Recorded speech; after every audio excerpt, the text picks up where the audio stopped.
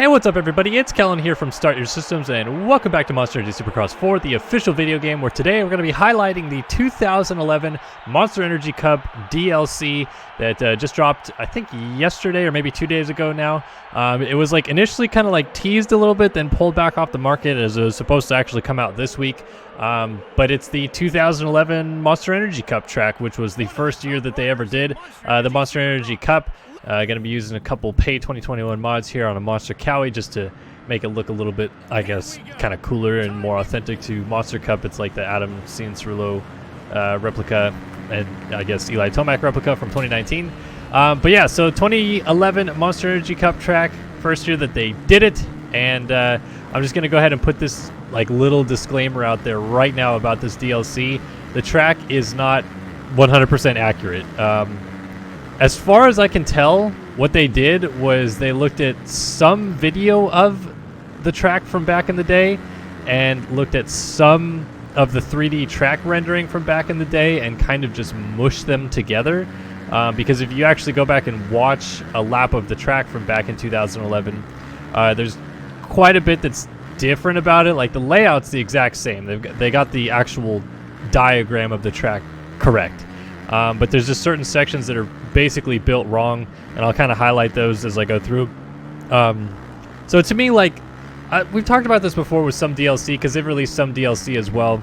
Like just last month, I guess now, was the 2019 Seattle DLC that they called the 2020 Seattle DLC, but it wasn't. It was 2019 refurbished, but it was, I don't know, like, to me, it's just weird. It's a little like disingenuous to call this like the authentic 2011 Monster Energy Cup DLC, and then it's not the exact track. But it is what it is. Like, it's still really cool that they added this to the game and they dug back in the annals of history, if you will, and pulled this one out. It being the first year of the Monster Energy Cup, I feel like there's some things about the track back then that they like hadn't really figured out how exactly they wanted to do it. The Monster Energy Cup was always supposed to be like this pseudo supercross motocross hybrid event. They always labeled it as run what you brung, which is basically 250, 450, whatever you want to ride, you can bring it and ride it. And the first year of the Monster Energy Cup, they actually had quite a mixed bag of different talent to race it. And Ryan Villopoto took home the Monster Million the very, very first time they've ever had it. And two other riders since have taken it home, I'm pretty sure, in Muscan and Tomac. But yeah, Villopoto got it done. It was the first time Ryan Dungey was aboard his Red Bull KTM, as at the end of 2011 he had just signed his deal like a week or two before that and had very little time on the bike, and it was rumored he wasn't going to try to race just because he didn't have time on the bike. But in the end they elected, hey, you know, whatever, like, best to just get out there and see where we're at and see what we can improve on, and he finished second. So I think he went 3-2-2 for second. My boy Ben Townley actually got second in the first main event. I definitely remember that. He was riding a Pro Circuit Kawasaki 450, and at the time he was auditioning more or less to be on the factory Monster Energy Kawasaki team alongside Villopoto and hopefully take Jake Weimer's spot.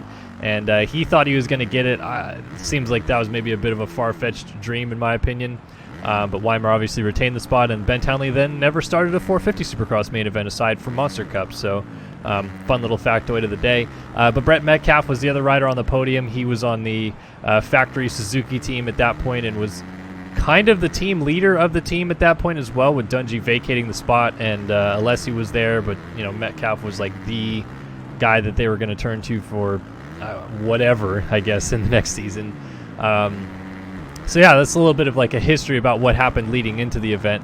The event itself, it was almost like a bit of a snoozer race. Villopoto took off and won all three main events pretty much from the get-go. I do remember that it's a poignant moment in the life and times of Vince Friese.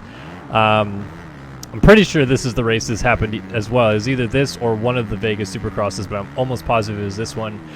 When Kevin Windham, who is the guy you never ever want to piss off, lit up Vince Friese like hardcore after the finish line jump. I think it was in the second main event. I think Windham must have been tired about something that Friese was doing, and I feel like every time Friese has ever gotten into some sort of altercation after this, it always seems to be brought back to this moment as like a, well, when you piss off K-Dub, clearly you're a guy that doesn't have integrity on the track kind of thing. But you know, I don't think Friese is all that bad, but a lot of people don't like him. So I can always remember that moment though, as like the first time is like, oh yeah, Vince Friese, he's gonna get in some people's way sometimes.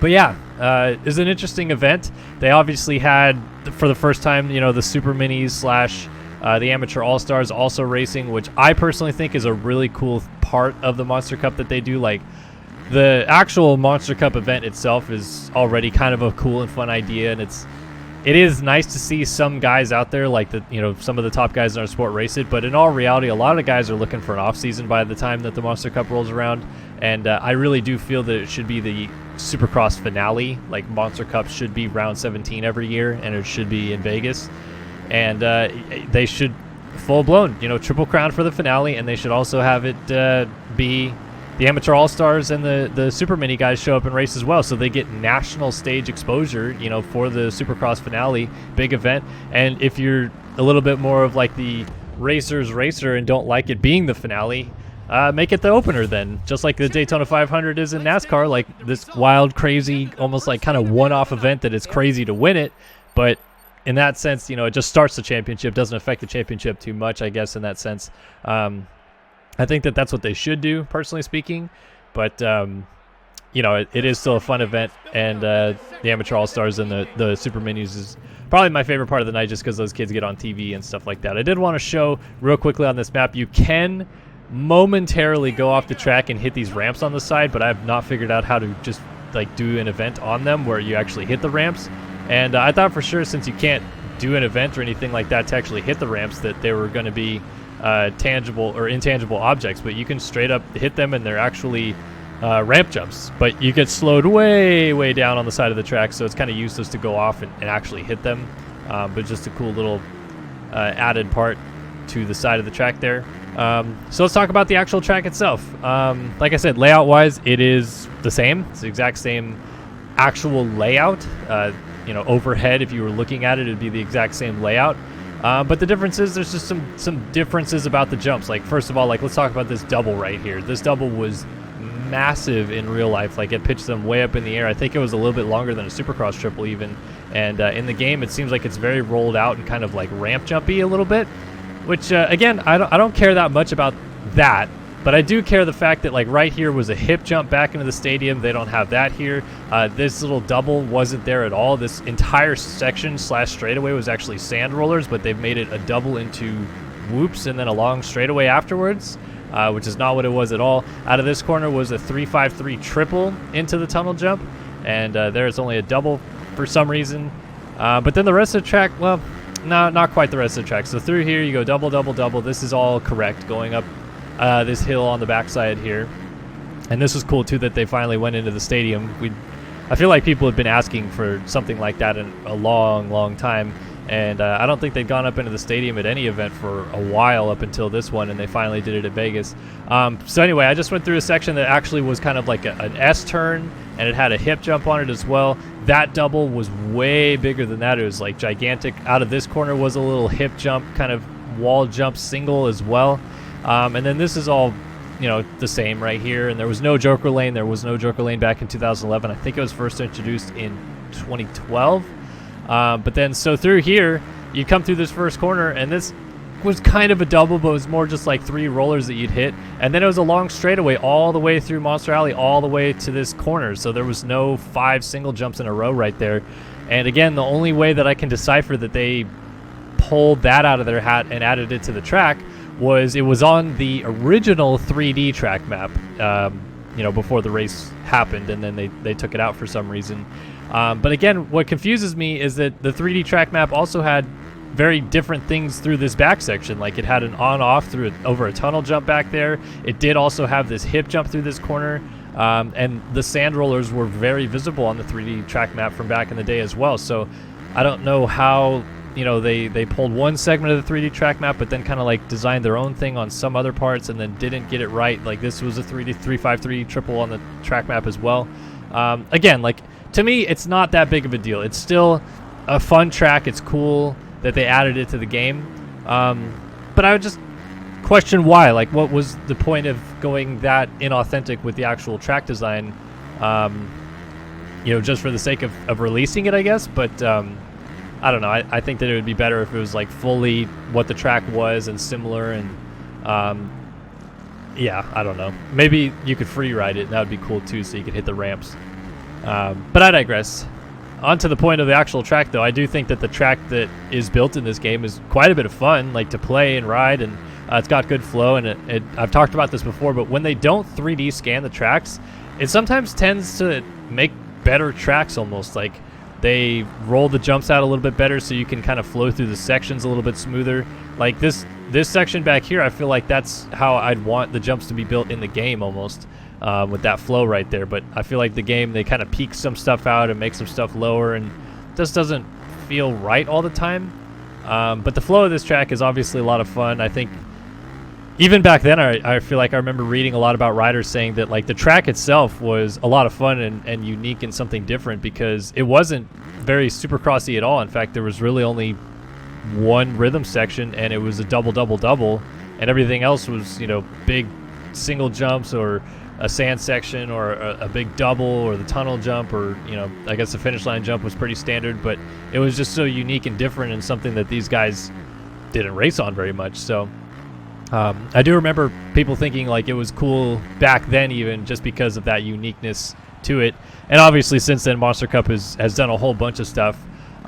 Namely, I feel like maybe the biggest contribution Monster Cup has had to regular Supercross in the regular season is they really did try this Triple Crown format at Monster Cup with the intention of adding it to you know, a regular Supercross schedule at some point.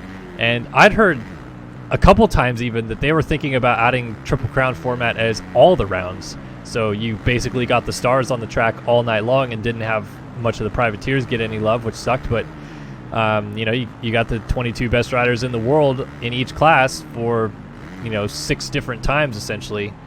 And eventually they obviously settled on doing like 3 Triple Crowns a year, which is on hold now because of COVID, but that's where they were initially going. And I think that it's a nice addition to the regular Supercross series because it adds just something different every now and then. I personally don't think that having a Triple Crown every round or even more than 3 rounds a year is that good. But I can understand why they would want to do more, but I can understand why people would want to see it less as well.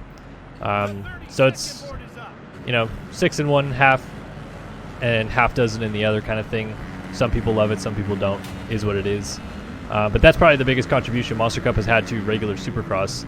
I feel like I remember as well, thinking back in 2011, 2012-ish with Monster Cup, because they were thinking, you know, like, oh, you know, bring the 250 class together, bring the 450 class together, have this like crazy everybody on the same track kind of battle, which really doesn't happen at all anymore in Monster Cup. Like occasionally you'll get a 250 guy to step up onto a 350 or a 450. Like there's some guys that race 350s a couple times, and it just doesn't happen that much anymore. I thought for sure that maybe it was going to be like the start of, okay, we're going to see guys on their 250s in their midst of their preseason prep jump out and race the Monster Cup on a 250F, but that hasn't happened.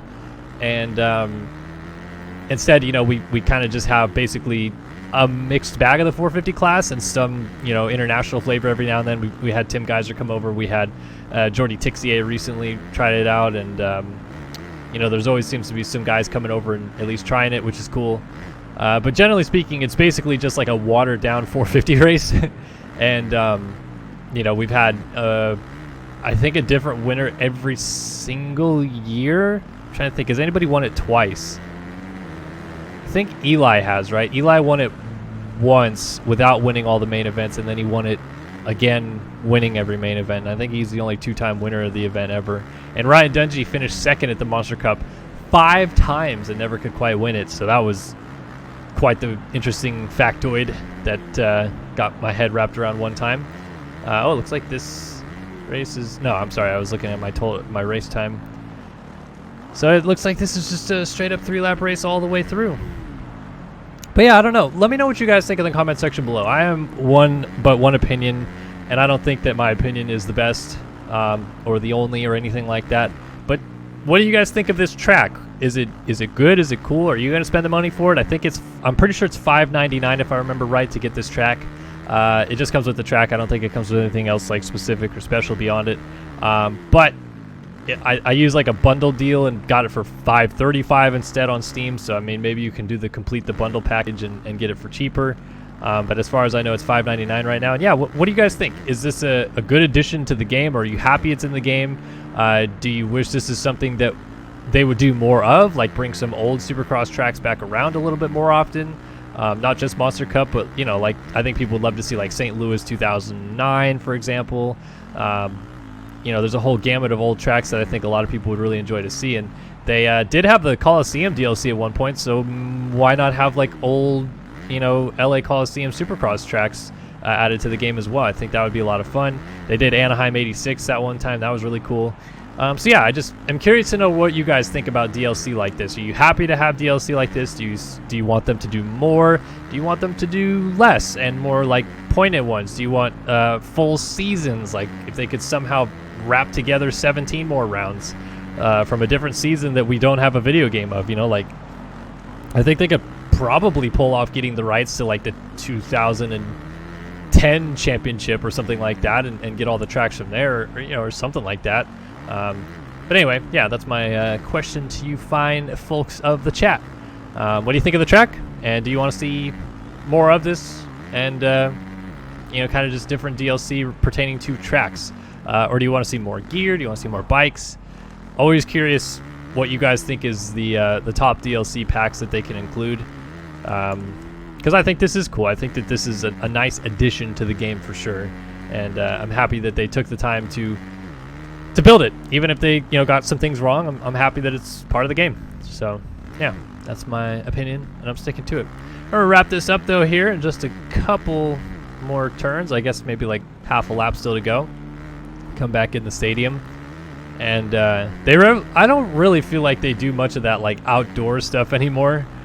Sometimes they do kind of go a little bit further out of the stadium and do some stuff like that, but obviously I don't think the Monster Cup is ever going back to a stadium like this again. Sam Boyd Stadium is set to be demolished, so if it does come back, you know, it was supposed to potentially be at the Rams' new stadium, if I remember right, and or no, it's going to be at the Home Depot Center. That's right, which is now StubHub Center or something like that, which is where they used to have X Games. But I'm pretty sure they either want to have it in the new Inglewood Stadium in LA or at the new Raiders Stadium in Vegas, and both of which don't really have going out of the stadium options. The new stadium in Vegas does, but it's kind of the same thing as Glendale is, which is like they roll the field off the floor and they can go out that way, but then there's just, you know, like a parking lot out there. There's not much more they could do beyond that. So I don't foresee them doing more of the expanded outdoor stuff. I think this is going to turn into more a Supercross event in the future. But yeah, always cool to see. And yeah, 2011 Monster Cup in Monster Energy Supercross for the official video game. Hopefully you guys enjoyed this one. As always, appreciate you guys stopping by. If you like this one, like it, you know, subscribe to the channel, the whole 9 yards, and hoping to see you guys in all of our future content here on the channel. But this is Kellen signing off for now, and I'll see you guys in the next one. So long for now.